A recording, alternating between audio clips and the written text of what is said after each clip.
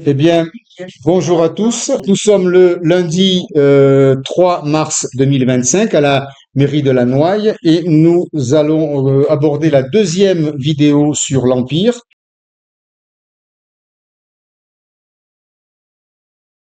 Après la paix de Presbourg, la guerre va reprendre un an après Austerlitz, c'est-à-dire à la fin de l'année 1806. Cette fois-ci, c'est sans l'Autriche. Pour l'Autriche a été, après Austerlitz, a été mise à genoux, mais la Prusse réagit. Et finalement, c'est la Prusse qui va prendre la place de l'Autriche dans une quatrième coalition. Immédiate. Alors, la Prusse demande à l'Autriche, à Napoléon, envoie un ultimatum pour évacuer la Confédération du Rhin, en disant ça c'est allemand, vous avez rien à faire chez nous. Alors, nous sommes prussiens, mais nous sommes allemands, et donc il faut partir. Immédiatement, la Russie déclare qu'elle apporte son soutien à la Prusse.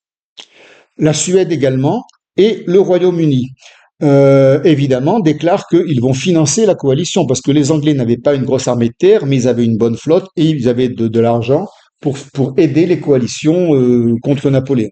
Dès que cette quatrième coalition prend corps, donc à la fin de l'année 1806, Napoléon, lui, prend immédiatement l'offensive et se dit, bon, ben, il va falloir occuper Berlin, puisque maintenant la Prusse se rebelle.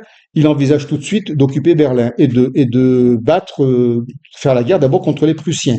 Ça va nous donner la campagne de... Alors, la bataille ne va pas se passer en Prusse, mais en Saxe, c'est-à-dire légèrement au-dessous et plus à l'ouest de la Prusse. On va voir la carte tout à l'heure. C'est la campagne de Saxe avec une bataille célèbre, la bataille d'Iéna, et une bataille jumelle qui a lieu en même temps, qu'on connaît moins, c'est la bataille d'Auerstadt. Alors, elles ont lieu en même temps. C'est ce que j'appelle des batailles jumelles, le 14 octobre 1806. Alors, cette Prusse qui rentre en guerre, dans quel état est-elle? En fait, l'armée prussienne n'est pas opérationnelle pour affronter Napoléon. C'est une armée vieillissante. Les Prussiens ont le souvenir du grand monarque. Frédéric II le Grand, c'était le grand monarque ami de Voltaire, qui était francophile et francophone et qui recevait Voltaire à la cour de Berlin, où Voltaire, qui parlait français. Euh, C'était le souvenir de la grande Prusse. Mais tous les généraux, vous imaginez bien que là on est 20 ans avant, 86, 1806, tous les généraux de l'époque ont bien vieilli, à l'image de ce vieux duc Charles de Brunswick, qui est un vieux général qui fait la guerre un peu à l'ancienne, quoi. Et donc ça n'a plus du tout le côté dynamique des campagnes napoléoniennes. Alors Charles de Brunswick, on peut en dire un mot. Bon, c'est quand même catastrophique, les souvenirs qu'il laisse. Ce pauvre Brunswick était le chef de la coalition anti-française à l'époque de la Révolution française. C'est lui qui avait fait ce fameux manifeste de Brunswick en 92. Il avait dit, si le peuple français touche un cheveu de la reine ou du roi, nous allons envahir la France. Il a fait les gros yeux, il a rien fait du tout. Ça a galvanisé les Jacobins et les sans-culottes qui ont encore accentué la terreur et la Révolution française. Donc il a été d'une incompétence assez grave. Brunswick, c'est le même qui à Valmy fait demi-tour et se sauve dès que les patriotes de Valmy arrivent en courant au son du tambour, en chantant la Marseillaise et en criant mort aux Autrichiens. On avait dit à Brunswick, ne t'inquiète pas, dès que ils vont voir les Autrichiens, ils vont se sauver. Et puis ils voient arriver les Français en courant dépenaillés, échevelés comme les décrits Victor Hugo. Que fait Brunswick? Il sort de la retraite et il se sauve. Et la grande victoire de Valmy, ça a été le début de conquête militaire de la Révolution française. Donc Brunswick laisse, me semble-t-il, un souvenir assez piteux. C'était un franc-maçon, humaniste, qui voulait la paix. En fait, c'était pas un homme de guerre, Brunswick, et il se retrouve toujours à la tête d'une armée. Il a, il incarne l'ancienne armée prussienne qui n'est plus du tout opérationnelle 20 ans plus tard, a fortiori contre Napoléon. Et c'est lui qui commande toujours en 1806. Et Brunswick n'est pas un tacticien. C'est-à-dire que les Prussiens font la même faute à Iéna qu'ils l'ont fait, enfin, Iéna, ça va être la conséquence, qu'ils l'ont fait, que les Autrichiens ont fait à Ulm, Rappelez-vous à Ulm, la défaite d'Ulm, le général Mack, vous vous souvenez, Karl Mack, j'en avais parlé la dernière fois, part tout seul sans attendre les Russes pour surprendre Napoléon. À l'arrivée, il se fait encercler et surprendre par Napoléon. Il n'y a même pas de bataille à Ulm. Il capitule sans bataille. Il recommence pareil à Iéna. Enfin, Iéna, c'est la conséquence de ce mouvement. On va voir la carte tout à l'heure. Euh, Ils n'attendent personne, ils ont 200 000 soldats, ils pensent que ça suffit, et sans attendre les Russes, ils vont aller affronter Napoléon. Alors, les armées françaises à ce moment-là sont en Allemagne, parce que, évidemment, la carte, voilà, alors là, voilà la carte. Là, et maintenant, il faut savoir que la Confédération du Rhin est française, alliée de l'Empire. La Prusse est ici. C'est ce boomerang violet foncé, là, donc, qui n'a pas été touché pour l'instant par les défaites d'Austerlitz. Napoléon et son armée sont à Würzburg. Alors là, c'est le Maine, c'est un affluent du Rhin. Ils sont massés à Würzburg. Que se disent les Prussiens, donc de Brunswick? Très bien, on va surprendre Napoléon, on va traverser la Saxe. Là, c'est la Saxe et là, c'est la Thuringe. On va traverser la forêt ici, c'est la forêt de Thuringe, et on va aller surprendre Napoléon alors qu'il est cantonné à Würzburg. Mais bien entendu, ils se le disent, ils le font, sans imaginer que Napoléon va la prendre et va anticiper. Que fait Napoléon? Il continue à descendre le Maine, donc il part avant, et il monte directement sur Berlin, alors que l'armée prussienne est en train de traverser la forêt et s'avance vers un lieu où il n'y a plus personne. Napoléon est d'une malice et d'une rapidité extrême. Quand ils se rendent compte, les Prussiens, qu'ils avancent vers un ennemi qui n'est plus là, ils font demi-tour dans la forêt et ils essayent de rattraper l'armée napoléonienne qui marche sur Berlin. Ils finissent par se rattraper, mais là, l'armée prussienne n'est pas en état de bataille, parce qu'il faut quand même des dispositifs. 200 000 hommes, ça se manipule pas comme ça. Il y a deux batailles simultanées à Jena et à Auerstadt, donc le 14 octobre 1806, qui sont deux défaites épouvantables pour les Prussiens. Et ce pauvre Brunswick est blessé à mort, il va mourir quelques années plus tard, quelques jours plus tard. Donc Napoléon à Jena avec 90 000 hommes et Davout, le grand maréchal d'Empire, à Auerstadt, qui est 10 km plus au nord, avec 27 000 hommes, écrase les armées prussiennes. 45 000 hommes sont perdus par les Prussiens. Ce pauvre Brunswick va mourir quelques jours plus tard à 71 ans parce qu'il est blessé donc à Jena.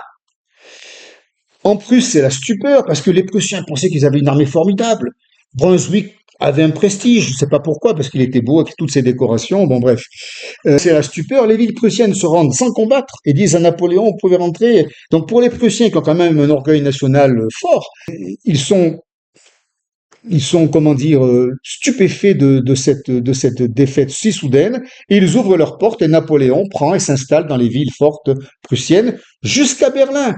Et le 27 octobre, Berlin est occupé par les Français. Aujourd'hui, ça fait drôle de dire ça, avec tout ce qui s'est passé depuis. Enfin, c'est quand même extraordinaire, sans combattre.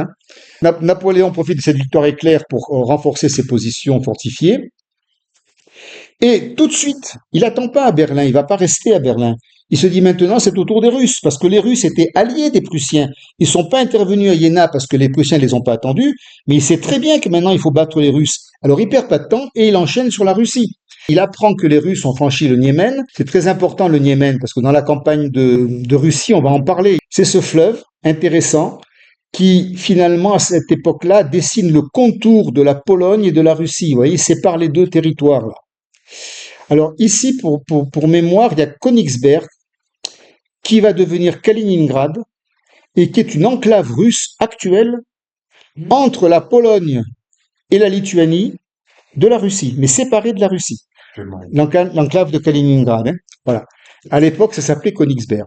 Napoléon se dit, bon ben, il est là, à Berlin, il a écrasé les armées en le 14 octobre, le 27 octobre, il est à Berlin, et il enchaîne, il dit maintenant, je monte sur les Russes.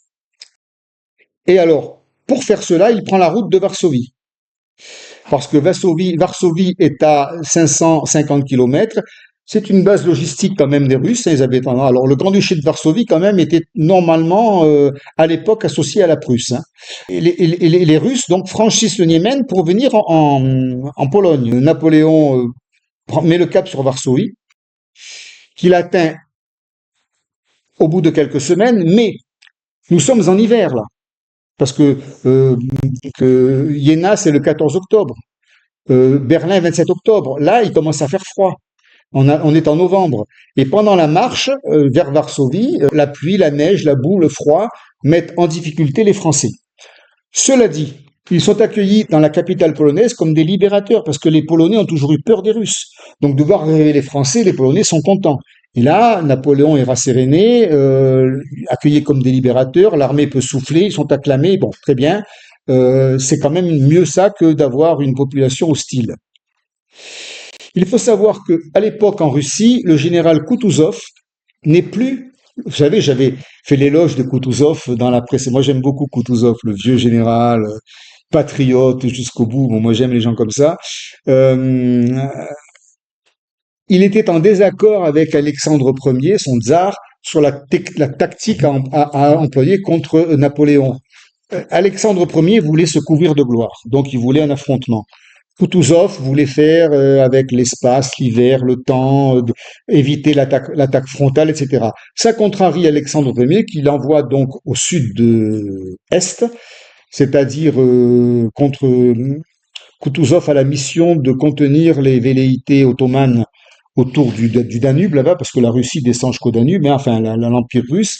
Le Danube, c'est à peu près la ligne horizontale qui sépare à l'époque l'Empire ottoman de l'Empire russe. Et donc Koutouzov n'est plus à la tête des armées occidentales. C'est un autre général, August von Bennigsen, dont vous avez le nom ici, bon j'ai pas mis son portrait, qui s'était plutôt bien comporté jusqu'à maintenant. Il va faire quelque chose de catastrophique à Friedland, mais bon, c'est lui qui commande et non plus Koutouzov qui commande l'armée russe. Et vous allez voir que ça, les Russes vont le payer très cher. Les Russes engagent quelques combats au nord de Varsovie, mais ils se dérobent, ce ne sont pas des combats très décisifs. Les terrains sont boueux ou glacés, on est en plein hiver, on est en janvier-février là, et Napoléon, le temps empêche Napoléon de porter un coup décisif. L'hiver quand même gêne beaucoup les militaires. Et les Russes finalement arrivent à se replier en bon ordre en remontant vers le nord. Donc on est là. Là, il y a des combats, des escarmouches, et tout le monde remonte vers le nord. Les Français suivent les Russes qui se dérobent. Et finalement, à Eylau, le 7 et 8 février 1807, c'est l'affrontement entre Russes et Français. Température glaciale, étang gelé, boue, aucune visibilité parce qu'il tombe des chutes de neige épouvantables. Et les combats sont confus, on se bat à l'aveugle, c'est désorganisé. Les généraux qui sont éloignés de quelques kilomètres les uns des autres avec leur corps d'armée ne peuvent pas communiquer, ils ne se voient pas. C'est très compliqué. Les blessés meurent de froid sur place parce qu'il fait quand même moins 20, moins 25 là à ce moment-là. Napoléon ne peut pas manœuvrer comme il le souhaite, ses généraux non plus. Finalement, il opte pour un choc frontal d'infanterie parce qu'ils savent où sont les Russes. Napoléon se résout à un choc frontal. Choc frontal contre les Russes, qui finalement, grâce à une charge de cavalerie de Murat, in extremis finit par faire plier les Russes et donc les Russes se retirent, mais c'est épouvantablement meurtrier. Et Bennigsen, là, le général, réussit à se replier en évitant la destruction de son armée, mais Eylau est une boucherie épouvantable. On a parlé de la victoire d'Eylau, là c'est peint par Gros ici, vous avez alors on voit pas grand-chose sur le tableau, hein. Bon, alors, ce qui est bizarre dans le tableau, c'est qu'on voit des soldats russes qui se prosternent devant Napoléon. Alors, qu'a voulu dire le peintre Eylau? Ça, je ne sais pas. J'ai pas approfondi ce côté-là. Mais là, ce sont des Russes. Napoléon est vainqueur. Les Russes se soumettent, les Russes qui sont présents, hein. On voit l'étendue des morts là sur les champs de bataille couverts de neige. C'est tout ce qu'on voit dans le tableau de Gros. Et puis, en premier plan, bien sûr, les cadavres éventrés, etc. Bon. 20 000 morts côté français, 25 000 morts côté russe. C'est énorme. Ça va être la trêve hivernale. Et c'est là que Napoléon établit son camp à Osterode. Alors, vous voyez, Osterode, c'est ici. La bataille d'Eylau a eu lieu sur la première petite étoile. Osterode, c'est tout simplement une ville du coin, hein. Bon, ils se mettent là. Et les Russes se retirent plus haut à Königsberg, qui est aujourd'hui Kaliningrad. Et l'affrontement suivant aura lieu ici à Friedland. Pour l'instant, C'est cantonnement d'hiver, donc pendant 3-4 mois, les deux armées se reposent dans deux villes différentes. Entre les deux, il y a 140 kilomètres. Ils sont pas très loin l'un de l'autre. Alors 4 mois donc se passent, hein, puisqu'on arrive au mois de juin, et à ce qui va devenir la bataille de Friedland. Pendant ces 4 mois, alors c'est toujours pareil, préparatifs stratégiques, on observe l'adversaire, on fait des plans avec les généraux, on ravitaille, on attend des renforts, on soigne les blessés. Bon, c'est les activités entre deux guerres, c'est de restaurer l'armée, hein, de réparer les dégâts. Et là, Bennigsen commet une erreur que je n'ai pas élucidée, je n'ai pas compris pourquoi il avait fait ça. Il commet l'erreur de regrouper ses forces à Friedland. Friedland, aujourd'hui, c'est une ville russe qui s'appelle Pravdinsk. C'est à côté de Kaliningrad. C'est une ville qui est finalement dos à la mer, avec une rivière en méandre qui passe aussi derrière ses positions, et des forêts, qui pour Napoléon est plus un cul-de-sac qu'une ville où on peut se replier, puisqu'il n'y a pas de solution de repli. L'idée à l'époque, c'était par exemple, on verra plus tard quand Napoléon, dans une campagne suivante, se retire dans une ville, c'est parce qu'il se dit si je suis battu, je peux fuir par là. Ça, c'est très important. Et, tandis que là, c'est pas comme ça que raisonne Bennigsen. Il se met à Friedland dans une nasse. Et là, Napoléon immédiatement dit, dès qu'il apprend ça, il décide d'attaquer. Et là, il fait une erreur. Il aurait jamais dû aller dans cette ville. Alors, comment a-t-il les renseignements? Comment connaît-il le terrain à l'avance? Je sais pas. Il a certainement des éclaireurs qui le renseignent. En tout cas, il est bien informé et il décide immédiatement une attaque et un encerclement. C'est ce qu'il fait. Le 14 juin, il lance l'attaque contre les Russes d'une manière foudroyante. Cette fois-ci, il fait beau. Les généraux sont habilement coordonnés. L'artillerie pilonne parce qu'on voit bien. Avec les canons, il fallait voir pour savoir où on tirait. À l'époque, on n'avait pas des radars. Hein. L'artillerie pilonne les positions russes. Friedland est une catastrophe. Acculé au méandre de la rivière, Bennigsen se rend compte qu'il s'est piégé tout seul. Et vous savez ce que ça me rappelle, ça, comme bataille? Ça me rappelle, alors ça n'a rien à voir, hein, ça me rappelle Dien Bien Phu. Parce que les Français ont fait pareil à Dien Bien Phu. Ils se sont mis dans une nasse entourés de collines et de plateaux, sur la théorie que l'artillerie vietnamienne n'était pas capable de tirer aussi loin, alors qu'ils étaient abrités, on les voyait pas, ils étaient sous les arbres, et dès qu'ils ont reçu les premiers obus, l'officier d'artillerie français s'est suicidé. Avant la bataille dès qu'il a reçu les premières bombes, il a compris qu'il s'était trompé, il s'est suicidé. J'ai oublié son nom. C'est un peu le même genre de faute que fait ici Bennigsen. Il se met dans un endroit où, lorsque l'attaque arrive, il peut plus rien faire. Voilà. C'est une victoire écrasante de Napoléon contre les Russes. Il bat les Prussiens à Iéna. Un an après, il bat les Russes, même pas un an, 6 mois plus tard, il bat les Russes à Friedland. Cette victoire de Friedland marque la fin, sonne le glas de la quatrième coalition. Et surtout, elle montre la capacité qu'a Napoléon d'exploiter d'une manière foudroyante les erreurs de l'adversaire. Je ne sais pas comment il fait, mais là, et vous verrez que jusqu'à 1912, même après la campagne de Russie, vous verrez que dans toutes les campagnes de la fin de l'Empire, les adversaires ne veulent pas affronter Napoléon. Il passe pour un génie tactique, Napoléon. C'est presque un mystère historique. À quel point il a le génie de la bataille. Et on le verra, plus il sera en position de faiblesse, et plus il fera des miracles tactiques pour éviter la défaite. Ça, c'est un mystère chez Napoléon qu'il faudrait peut-être élucider. Comment a-t-il fait pour être aussi bon tactiquement, tout en étant aussi fou politiquement, parce qu'il voulait dominer le monde, quoi. Bon. Alors, on arrive au traité de Tilsit. Alors, que je vous montre où est Tilsit quand même. Voilà. La bataille de Friedland a lieu ici.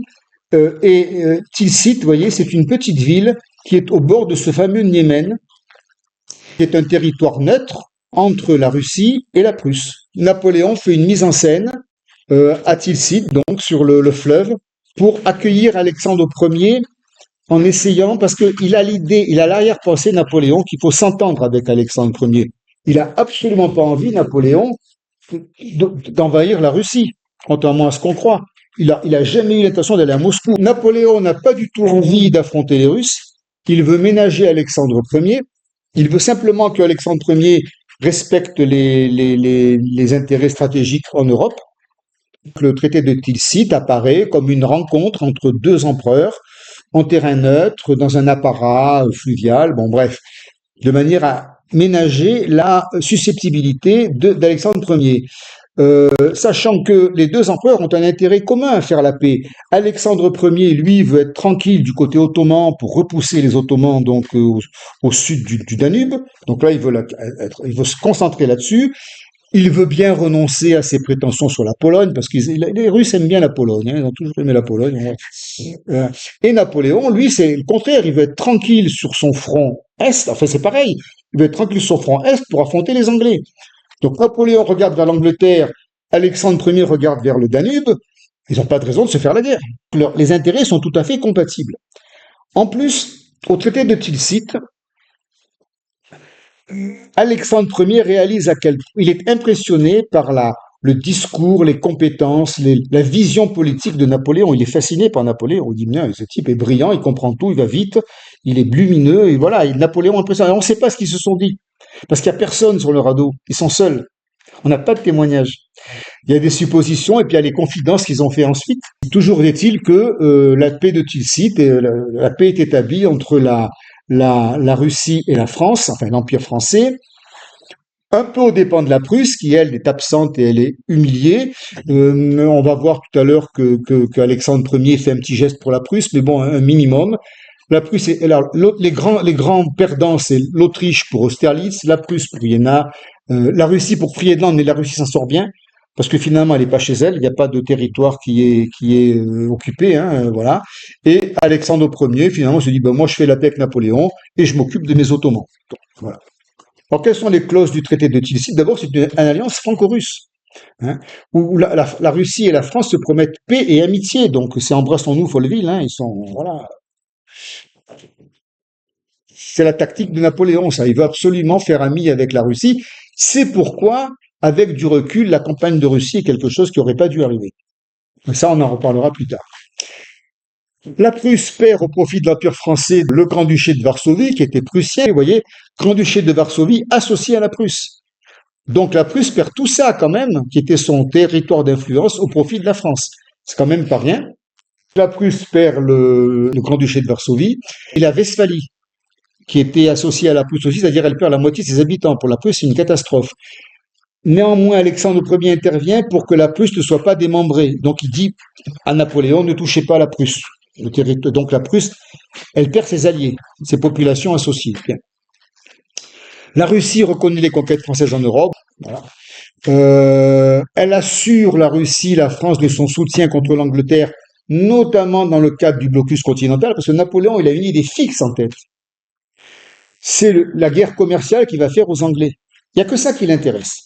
Et tout ce qu'il fait autour, on verra la campagne d'Espagne, c'est par rapport au blocus continental. Il veut, dans son mano à mano contre l'Angleterre, que toutes les nations européennes lui obéissent et mettent en place, parce que le blocus continental, on va le voir, ça veut dire qu'il faut contrôler tous les ports d'Europe. C'est gigantesque, comme c'est du jamais vu. Voilà.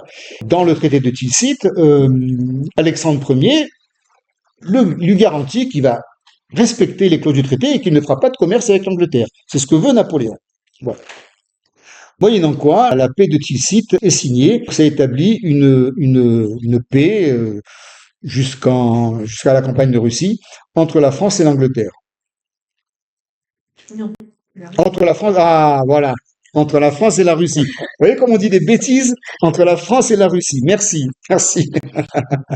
Voilà, donc, alors à l'époque, j'ai pas de tableau de Tilsit, et puis j'ai pas pris ce qui a été fait après. Ça, c'est une estampe d'époque. Donc voilà, c'est ce qui a été vu par des témoins. Voilà, c'est en noir et blanc, les armées sont de chaque côté, les empereurs apparemment se font l'accolade là au milieu. Voilà, c'est un apparat de conciliation, d'apaisement. Le traité de Tilsit marque l'apogée de l'Empire napoléonien. Il ne reste plus qu'à s'occuper des Anglais, et donc on va aller vers le blocus continental. On a quitté Trafalgar, hein, on a fait toute la campagne d'Europe, Austerlitz, Ulm, Austerlitz, Iéna, Friedland, et on revient encore à l'Angleterre, parce que l'Angleterre, c'est l'obsession de Napoléon. Alors, sur l'Angleterre, moi j'ai vu que les historiens n'étaient pas d'accord entre eux. Certains disent que Napoléon n'avait pas le choix, qu'il a tout fait pour faire la paix avec l'Angleterre, que les Anglais l'ont trahi, n'ont pas respecté leurs paroles et qu'ils ont obligé Napoléon à faire la guerre à l'Angleterre. D'autres disent le contraire, que Napoléon avait une obsession contre l'Angleterre et que s'il avait été plus souple, tout ça ne serait pas passé. Donc moi, entre les deux, je peux pas, j'ai pas les compétences pour juger. Je relate des faits et puis chacun se fera une opinion. Moi, je pense que la vérité est au milieu. Vous allez, vous allez vous faire une opinion par vous-même tout à l'heure avec les éléments qu'on va voir maintenant. Le blocus continental, pour moi, c'est la cause profonde de la. Alors, vous voyez, j'ai donné un titre ici. Alors là, c'est tout à fait personnel, hein. Les mauvaises décisions de l'empereur. Parce que je pense, compte tenu de tout ce qu'on va voir, tout ce qu'on a déjà, tout ce qu'on va voir, que c'est avec l'obsession du blocus continental que Napoléon commence à commettre des erreurs politiques. Il se serait arrêté à Friedland. Il aurait, avec le temps, aidé un peu les Prussiens et les Autrichiens, il aurait trouvé des compensations. Il serait arrivé à ses fins. La Russie s'était réglée. Il était patron en Europe. Il aurait très bien pu dire aux Anglais, voilà, maintenant je suis le patron. Comment on fait? Comment on vit ensemble? Vous avez la meilleure flotte du monde, j'ai la meilleure armée du monde. Est-ce qu'on peut se partager le monde? Pourquoi pas? Il aurait peut-être dû faire ça à ce moment-là. On va voir que ça a failli se faire et que finalement il revient à ses obsessions qui sont, on avait vu pour Trafalgar déjà, vaincre l'Angleterre. C'est pour ça que j'ai appelé ça les mauvaises décisions et vous allez voir à quel point ça a des conséquences dramatiques en Espagne. La cause profonde de la chute de l'Empire, pour moi, c'est vouloir absolument mettre l'Angleterre à genoux. Le blocus continental qui va de novembre 1806 hein, à avril, à la fin, quoi, avril 1814, c'est-à-dire le départ à l'île d'Elbe, commence par une tentative de paix avec l'Angleterre. Alors là, où est la vérité? Bon, je ne sais pas. En Angleterre, donc William Pitt le Jeune est mort. Il est clair que William Pitt le Jeune, c'était le dirigeant anglais qui voulait en découdre avec Napoléon. Il était belliqueux. À juste titre peut-être, il était belliqueux. Ceux qui le remplacent, il y a le cousin de William Pitt qui est William Grenville, qui est le Premier ministre, qui n'a pas particulièrement envie de faire la guerre à Napoléon. C'est plutôt objectif. Et il a surtout un ministre des Affaires étrangères, James Fox, qui lui est un partisan de la paix. Mais James Fox, comme vous pouvez le voir, en 1806, il meurt vite. C'est sa date de décès, ça. Donc ça va pas durer longtemps, malheureusement. Et peut-être que si James Fox avait survécu, on aurait peut-être évité, parce qu'il fallait de la diplomatie. Moi, je suis un partisan de la diplomatie, hein, toujours. Donc pour éviter le clash entre l'Angleterre et la France. On dit que Napoléon est opportuniste au départ et qu'il avait fait en février, pendant la paix de Presbourg. La paix de Presbourg lui donne 10 mois de répit, donc c'est entre Austerlitz et Iéna, la paix de Presbourg. 10 mois de paix avec l'Europe. Il a fait un discours au corps législatif. Le corps législatif, c'est donc ce qu'il reste de l'Assemblée nationale hein, sous l'Empire, où il se déclare favorable à une paix avec l'Angleterre. Donc, attends, très bien, c'est un scoop. Voilà. Favorable à une paix avec l'Angleterre. Il se dit prêt à négocier et il espère faire reconnaître par l'Angleterre ses conquêtes continentales. Mais ces conquêtes continentales, il veut qu'elles soient respectées militairement et économiquement. Et c'est sur la logique économique qu'il va y avoir un clash avec l'Angleterre. Parce que les Anglais, c'est des libres échangistes. Ils veulent pas qu'on les embête dans leur commerce. Et là, il va y avoir une incompréhension entre Napoléon et les Angleterres. Alors, deux ministres des Affaires étrangères, moi j'adore les ministres des Affaires étrangères quand ils sont bons. Actuellement, on n'en a pas, mais jusqu'à Hébert Védrine, on en avait de très bons. Fox et Talleyrand, les deux ministres des Affaires étrangères, le grand Talleyrand, entretiennent une correspondance qu'on appelait à l'époque exploratoire, où ils envisagent dans la courtoisie, cher monsieur, Talleyrand parlant anglais, vous voyez, c'est très courtois, c'est la diplomatie, comment on pouvait coexister sans se faire la guerre. Et Napoléon propose, alors il a l'idée que je disais tout à l'heure, qu'on reconnaisse simultanément la domination de la France sur le continent et la domination de l'Angleterre sur les mers. Donc on se partage la planète en quelque sorte. C'était au départ une bonne idée. Sauf que, d'une part, les Anglais se méfient de Napoléon, parce qu'ils disent qu'il ne va pas respecter ses accords. Est-ce que c'est la faute de l'Angleterre? Ils ont des exigences qui paraissent exorbitantes à Napoléon. Ils demandent que la France abandonne ses colonies, la Martinique, la Guadeloupe, le Sénégal, Pondichéry, l'île Maurice et la Réunion. Tout ce qui est encore français, pratiquement, à part Pondichéry, bon voilà, le Sénégal aussi. Alors que Rotterdam les grands ports, Rotterdam, Amsterdam, donc pour les Pays-Bas, Gênes, Naples, Livourne, Venise pour l'Italie deviennent des ports ouverts au commerce. Donc là, c'était évidemment le contraire du blocus continental. C'est on continue à commercer avec les ports européens. Pourquoi pas? Parce que tous les commerçants de ces pays-là voulaient commercer avec l'Angleterre. Oui. Parce que dans le blocus continental, il a contrarié tous les artisans et commerçants qui faisaient du commerce avec l'Angleterre. Il n'y avait pas que les Anglais, hein, il y avait tout le monde qui était impliqué. Donc voilà les exigences des Anglais. Bien. Napoléon, en revanche, lui accorde à ces ports une importance capitale à la fois économique et stratégique. Pour lui, ces ports servent à enrichir la France et d'autre part, stratégiquement, vis-à-vis de la... Stratégiquement, ils ont aussi un intérêt militaire. Il n'est pas d'accord du tout pour lâcher du lest à ce niveau. Ce qui est fondamental ici, c'est que Napoléon a une conception dirigiste et protectionniste de l'économie, alors que les Anglais ont une conception libre-échangiste. Les Anglais ne comprennent pas pourquoi Napoléon s'oppose au commerce international. Lui, il voit une menace. Peut-être a-t-il tort, je ne sais pas. Mais en tout cas, là, il y a une incompréhension entre la logique, la culture napoléonienne et la culture britannique. Napoléon voulait bien au contraire renforcer les possessions françaises en Italie et aux Pays-Bas, et donc il va à l'opposé de ce que veulent les Anglais. Bon, déjà avant, en 1805, il avait fondé le royaume d'Italie. Je l'avais déjà dit qu'il offre à son beau-fils Eugène de Beauharnais, dont il fait le vice-roi. Alors, il va un peu plus loin. En février-mars 1806, l'Italie du Sud l'intéresse et il chasse du royaume de Naples les Bourbons, parce que les derniers Bourbons en Europe, enfin, il y avait l'Espagne, mais les avant-derniers Bourbons étaient encore rois de Naples. Il les chasse, les pauvres Bourbons, la famille Bourbon, parce qu'il y avait, en fait, les grandes familles, c'était en Allemagne les Hohenzollern, en Espagne et en Autriche les Habsbourg, et en France les Bourbons. Hein, c'était ça les grandes familles de l'époque, ouais, les grandes dynasties.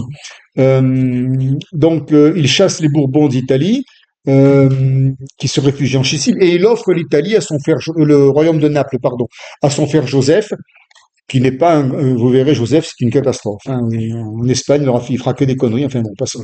On va y venir.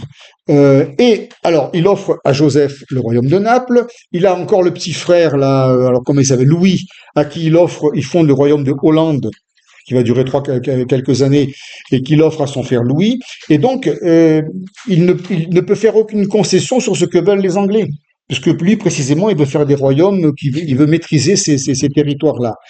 Et alors déjà, il y a un désaccord entre Napoléon et les Anglais, et en plus, alors là, trop tôt pour la paix dans le monde, le 13 septembre 1806, ce pauvre Charles James Fox meurt. Alors, je sais pas ce qu'il avait, hein, il était en mauvaise santé. Et alors, le fait que entre le seul lien de paix qu'il y avait, c'était le dialogue entre Talleyrand, qui avait l'oreille de Napoléon, et le ministre anglais Charles James Fox, ce dialogue s'interrompt, et là, Napoléon prend le contre-pied, et dit, bon, mais puisque je n'arrive pas à m'entendre avec l'Angleterre, et puisqu'on n'a plus d'interlocuteur, allez, boum, je déclenche le blocus continental. Avec le recul qu'on a, on va le voir, hein, on va voir les conséquences dramatiques. Je pense que Napoléon a fait le plus mauvais choix de faire la guerre à l'Angleterre. Il fallait absolument négocier, rester fort en Europe et négocier, au cas par cas. Parce que vous allez voir les catastrophes qui vont suivre. Donc, ce blocus continental est un étau gigantesque, parce qu'il faut aller quand même de la Baltique, les ports de la Baltique, jusqu'au port de l'Italie, faire tout le tour et contrôler tout, et la Russie en plus. Un étau gigantesque, très difficile à contrôler. Une guerre économique qui va empêcher toute relation commerciale entre le continent et l'Angleterre, mais qui va avoir des conséquences militaires. Parce que pour bloquer, alors d'abord, économiquement, on bloque tous les échanges, le métal, le minerai, le bois, le coton, les céréales, le chanvre, enfin, c'est catastrophique. Je veux dire, ça paralyse l'économie européenne. Et le but de Napoléon, c'est d'obliger les Anglais à demander la paix en étouffant leur économie et leur industrie. Alors, ce blocus continental tient en deux décrets, alors qu'ils sont limpides. Hein, là, à l'époque, je sais pas qui l'avait rédigé, mais on comprend ce que ça veut dire. Le décret de Berlin en novembre 1806 dit les îles britanniques sont en état de blocus, point. Le décret de Milan en décembre 1807, tout navire ayant touché un port britannique sera confisqué. C'est clair, net et précis. Et là, on comprenait la loi à l'époque quand elle était rédigée. Évidemment, il se rend compte, comme tu le dis, que des ports ne jouent pas le jeu. Alors, Lisbonne, Stockholm, Riga, Saint-Pétersbourg, hein, ça éclate de partout. La contrebande se développe et Napoléon n'a plus qu'une obsession, c'est lutter contre la contrebande. Alors, il commence par quoi? Par Lisbonne, le Portugal. Comment les Portugais font du commerce avec les Anglais?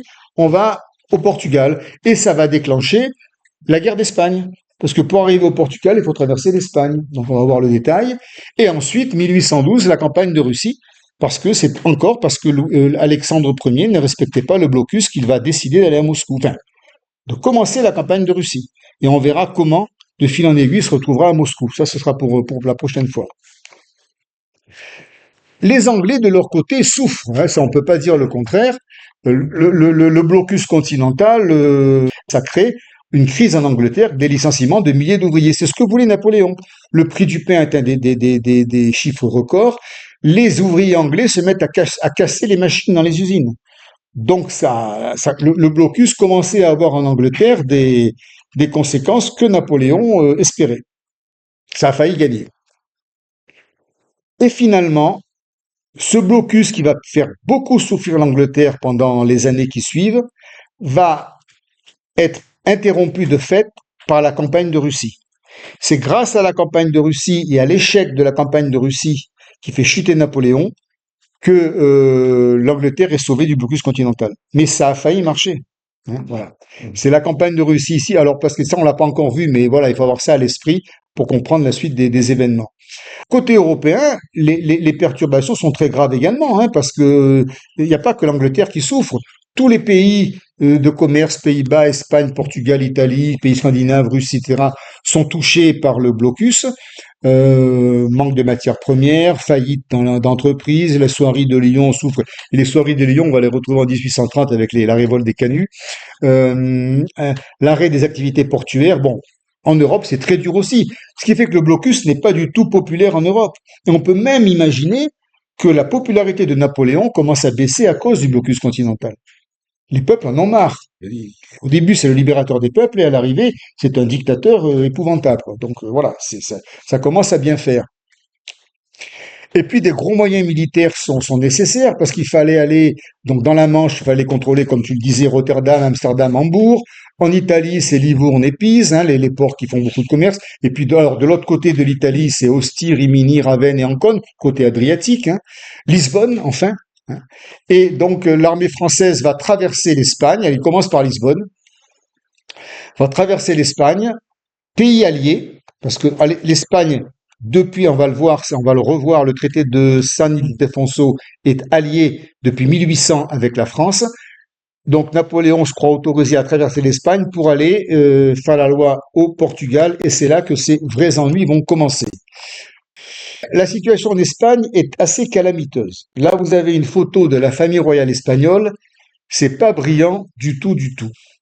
Il y a des tensions épouvantables. D'abord, le roi, ce gentil Charles IV, Carlos IV, est totalement transparent. C'est un genre de Louis XVI. Hein, voilà. C'est un brave homme, mais qui n'a pas la stature de roi, qui subit la concurrence de son beau-fils, ou de son fils même, je crois, Ferdinand, qui veut prendre la place de son père.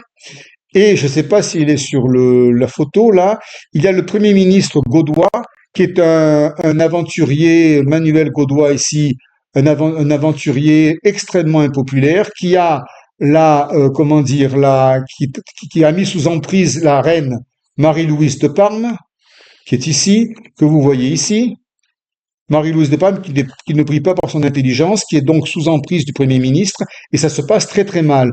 Ce Premier ministre est suspecté d'incompétence et de corruption, il accumule les privilèges et les titres à son profit personnel, et il ne s'intéresse pas à l'intérêt d'Espagne, il mécontente à la fois le peuple, la noblesse et le clergé. Donc Godoi, il fait l'unanimité contre lui. Hein, voilà. Je ne sais pas s'il y a un équivalent en France, mais bon.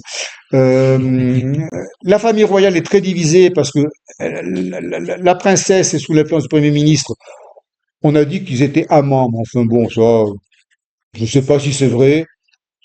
Vu le physique de la princesse, ça m'étonnerait, mais enfin bon, voilà. Ça ne nous regarde pas. Mais bon, pour moi, le problème n'est pas là. C'est surtout que Godoy était incompétent. Voilà. Alors, il y a aussi le coût des guerres. Le coût des guerres, parce que finalement, l'Espagne est dans une situation financière catastrophique. Parce que elle a fait la guerre contre les révolutionnaires au début, et puis ça lui a coûté cher, elle a rien gagné.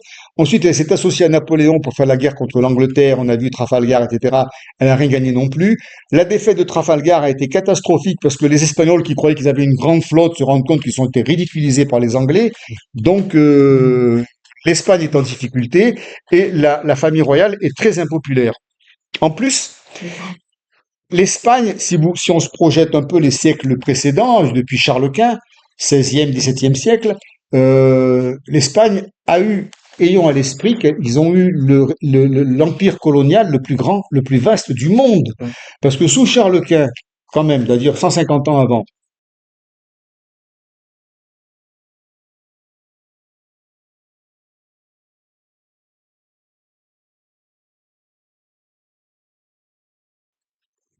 le Canada n'était pas espagnol. Si on prend l'Amérique, les États-Unis, enfin le nord, le sud du nord de l'Amérique, c'est-à-dire ce qui est aujourd'hui les États-Unis.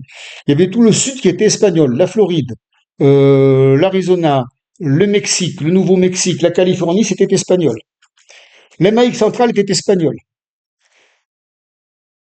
Le Brésil était portugais, mais tout autour du Brésil, l'ouest du Brésil et le sud étaient espagnols. L'Argentine était associée à l'Espagne. Donc les Espagnols avaient pratiquement les deux continents américains. Bon. Alors, tout ça est encore vrai. Je ne dis pas que ça a disparu. Ça existe encore en 1800, là on est en 1807, 1806, voilà, 1807. Mais tous ces pays ont des velléités d'indépendance, en ont assez d'envoyer l'argent en Espagne. Et donc les recettes coloniales sont de plus en plus faibles. Et l'Espagne se retrouve donc une puissance, une ex-puissance militaire et navale, mais qui a de moins en moins de recettes. Et puis le Mexique, n'oublions pas que le Mexique va bientôt, la première guerre du Mexique va arriver en 1810. Donc, parce que le Mexique était espagnol aussi. Donc, les recettes coloniales se tarissent et l'Espagne est en grande difficulté financière. En plus, le prince Ferdinand, que j'ai nommé tout à l'heure, convoite le trône de son père, de la famille royale, offre un spectacle tout à fait pitoyable. Et Napoléon n'est pas conscient de ces difficultés. Lui, croit que l'Espagne est riche, croit que l'Espagne ne joue pas le jeu. Il déteste les Bourbons, parce qu'il méprise les Bourbons, Napoléon. On l'a vu d'abord, il méprisait Louis XVI de se laisser faire contre les Jacobins et les sans-culottes. Il ne comprenait pas comment Louis XVI se laissait faire. Ça, c'était pendant la Révolution. Ensuite, les Bourbons de Naples, on a vu qu'il les a évacués en Sicile. Et les Bourbons d'Espagne, ils disent que c'est la dernière race des Bourbons. Il faut les éliminer. Il déteste les Bourbons et il veut mettre les Bonaparte à la place. Donc lui, les Bourbons, alors il le fait puisqu'il va mettre son frère Jérôme à Naples et ensuite il va mettre son frère Jérôme en Espagne.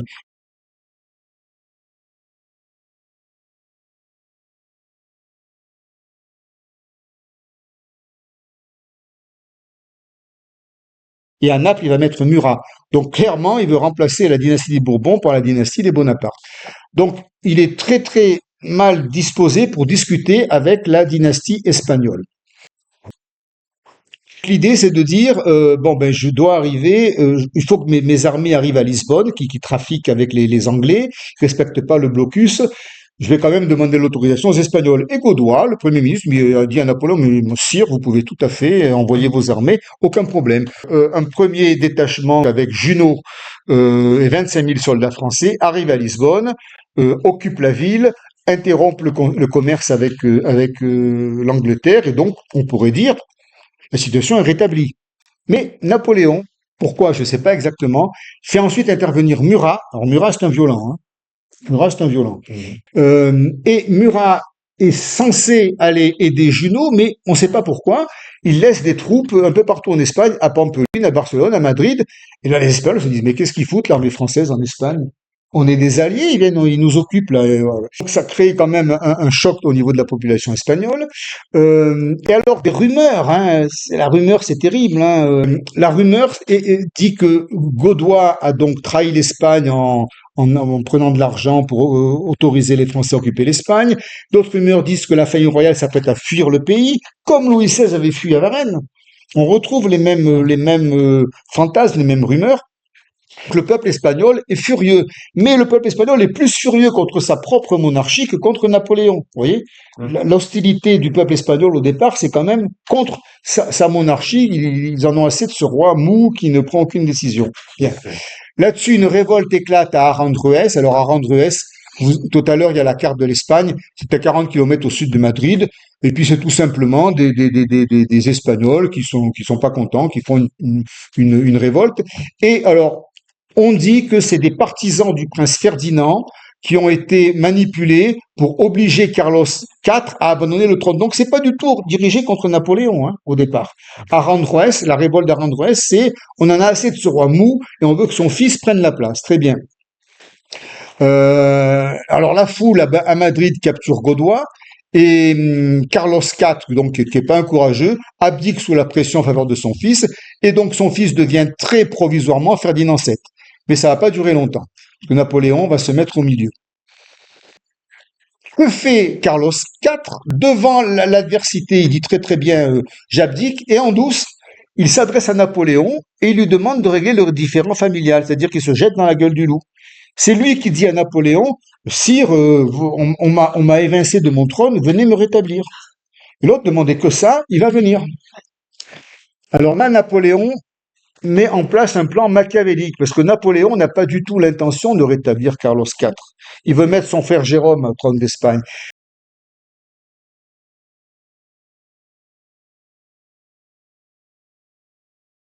Mais il va faire comme si il était d'accord.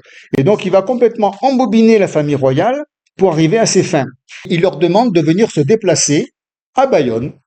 On va appeler ça le guet-apens de Bayonne plus tard, en disant écoutez, venez donc discuter de tout ça avec moi, et moi je vais régler les problèmes. La famille royale, en plusieurs coups, se retrouve à Bayonne, c'est-à-dire en territoire hors espagnol, otage des Français. Voilà.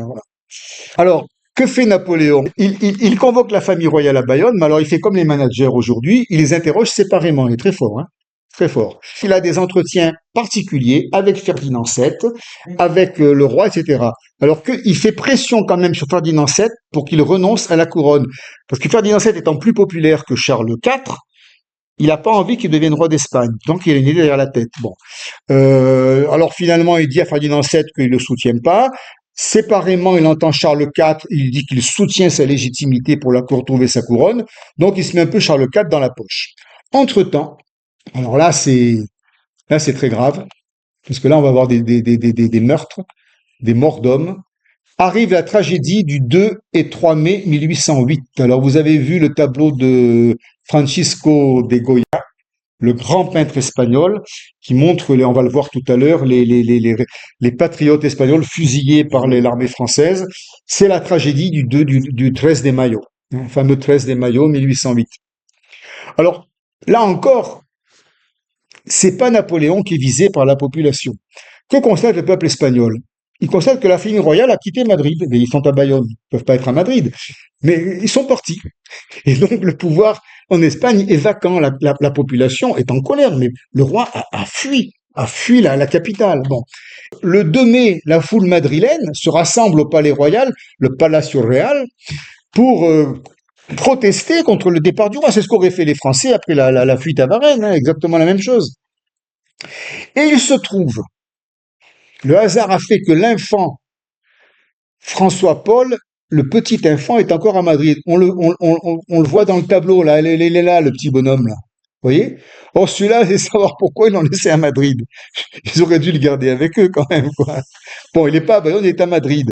Et donc, quand Napoléon apprend que l'enfant est à Madrid et que Madrid est en pleine révolution, il donne l'ordre à ses troupes de récupérer l'enfant pour le ramener à Bayonne, pour le mettre en sécurité, c'est tout. Ouais. Mais les Madrilènes ne laissent pas faire les troupes françaises et, exaspérés, prennent les armes et se retournent contre les soldats français, alors qu'au départ, ils n'avaient rien contre les Français. Donc, ça crée une insurrection épouvantable. Évidemment, Murat, le délicat, il donne l'ordre de fusiller tout le monde, et on se retrouve, alors les types, ils sont dans la rue, ils crient et tout, ils sont attrapés par les militaires, ils sont menottés, on les met contre les murs, on les fusille. Bah, c'est quand même hallucinant. Et c'est ce que Goya a peint dans le 13 des Maillots. C'est quand même épouvantable. Moi, quand j'apprends ça, je dis, voilà, enfin, voilà l'arrivée. Alors, comment peut-on, à part fusiller des gens qui protestent parce que le roi a quitté Madrid? Bon, c'est fou ça comme réaction. Alors, est-ce que c'est Murat qui est responsable? Est-ce que c'est Napoléon qui a donné l'ordre? Moi, je ne sais pas, mais c'est une faute épouvantable de l'Empire français contre l'Espagne, contre le peuple espagnol. Voilà, je suis éberlué. Alors, ce Goya, qui est un peintre de génie, on voit dans les détails l'expression, c'est un peintre. Alors là, vous lirez. Alors, ben tiens, allez, ça va me faire. Bernadette, tiens, Bernadette, je te donne le micro. Tu lis ce qui est en bleu, s'il te plaît. C'est presque la fin, Bernadette. Je te donne le micro, là. Vas-y. Tiens. Graveur Francisco de Goya, l'artiste espagnol le plus célèbre de la période romantique entre la fin du XVIIIe et le début du XIXe siècle. Les ruptures de style qu'il opère annoncent la période contemporaine. Il excelle dans l'art du portrait, où il sait capturer avec finesse les traits physiques et psychologiques de ses modèles. Sa haine de la guerre, sa sensibilité et son audace l'amènent à composer des œuvres sombres et hallucinatoires qui expriment une vision pessimiste de l'humanité. À la suite des grands peintres espagnols du siècle d'or 1492-791, 1681, Pacheco de Ruelas, Herrera, l'ancien Zubarban, Velázquez, Murillo, Francisco de Goya est considéré comme un pilier essentiel de la peinture espagnole. C'est un visionnaire dont l'œuvre continue de résonner comme un avertissement sur les travers de l'humanité. Merci. Voilà, donc tout est dit sur Goya, hein, un peintre admirable, désespéré par la guerre et la souffrance humaine. Parallèlement à Bayonne, que se passe-t-il? Napoléon piège la famille royale. Il se rend compte qu'il n'y a plus rien à faire en Espagne. Il a l'idée que son frère va venir sur le trône espagnol. Et sous ses yeux, à Bayonne, le 5 mai, alors j'ai écrit entre bêtises et vanité, mais je vois pas ce qu'on pouvait dire d'autre, la famille royale se déchire sous les yeux de l'empereur. Ce qui le conforte dans sa conviction que les Bourbons sont d'une dynastie dégénérée, parce que c'est comme ça qu'il pense, qu'il faut les remplacer. Donc il propose 7,5 millions de francs à Charles IV qui signe son abdication et accepte d'aller résider à Compiègne. Alors pourquoi Compiègne? Je sais pas, il faut creuser. Godoi, ruiné puisque tous ses biens ont été confisqués, va suivre finalement le couple royal. Il n'est pas capable de faire autre chose. Ferdinand, le prince héritier, renonce à ses ambitions et sera gardé par Talleyrand dans son château de Valençay jusqu'en 1814. Donc la famille royale se décompose comme ça sous les yeux de l'empereur, abandonne toute velléité de règne. Et Napoléon croit que l'affaire est close, il se trompe lourdement. Il place son frère Joseph sur le trône à Madrid. Murat remplace Joseph à Naples. Et il s'apprête à retourner en Allemagne où il a de bons souvenirs puisqu'il a tout gagné là-bas. La population s'est soumise. Il dit, je vais me faire reconnaître par tous les rois allemands, autrichiens et russes. Et donc, il va imaginer une grande cérémonie de reconnaissance de l'Empire. Mais il va partir. Et on voit qu'en Espagne, rien n'est réglé parce que la population espagnole, alors les Espagnols, c'est un peu comme les Anglais, quand ils sont en colère, ils vont jusqu'au bout comme les Russes, hein. Eux, ils n'acceptent pas et les Espagnols inventent la guérilla. La guérilla, c'est cette guerre asymétrique entre des bandes populaires, des milices, qui ne sont pas une armée constituée, contre une armée constituée. Donc, ils mettent en place des juntes locales, juntas locales, qu'on appelle à l'époque, qui sont des petits gouvernements autonomes et militaires qui organisent la guérilla dans les campagnes. Et c'est une guerre asymétrique, faite de harcèlement, d'embuscade et puis de décrochage, parce qu'ils veulent pas un affrontement contre l'armée. C'est là qu'on parle de le début de la guérilla qui va faire florès ensuite pendant 2 siècles et encore maintenant dans tous les pays où il y a des contestations révolutionnaires. Alors, en revanche, il y a des atrocités. Les soldats, il n'y a pas de statut du prisonnier. Là, les soldats prisonniers sont capturés, retrouvés nus, démembrés, émasculés, pendus aux arbres, les bras coupés, les mains. Enfin bon, voilà, c'est les horreurs de la guérilla.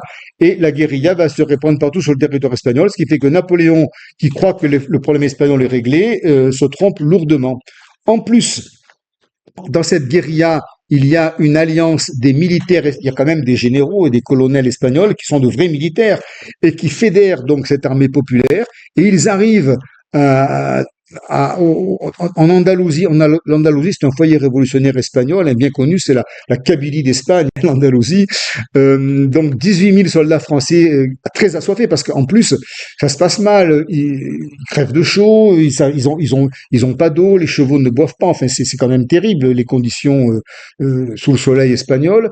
En plus là, ça se passe en juillet, vous voyez, ils se font attraper dans une sorte de guet-apens et par 30 000 soldats rebelles espagnols de la junte de Séville qui gagnent la bataille de Bailén.